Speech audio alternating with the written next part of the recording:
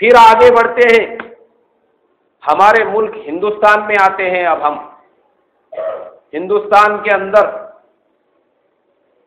जब मुगलों की हुकूमत कायम हो गई तो उस वक्त में जलालुद्दीन मोहम्मद अकबर जो बादशाह थे, उन्होंने अपने ज़माने में एक नया फितना पैदा किया। उसका नाम रखा दीन अकबरी। और वो फितना ऐसा था कि जिसके अंदर सब मजहबों को उन्होंने मिला दिया था, कहा कि सब मजहब मिलकर एक है। लेकिन अल्लाह तबारक व तआला ने उसके इस फितने को ख़त्म करने के लिए हज़रत मुजद्दिद अल्फ़े सानी रहमतुल्लाह अलैह को खड़ा किया। हज़रत मुजद्दिद अल्फ़े सानी रहमतुल्लाह अलैह ने डट कर अकबर के फितने का मुकाबला किया, दीन अकबरी की मुखालिफत की।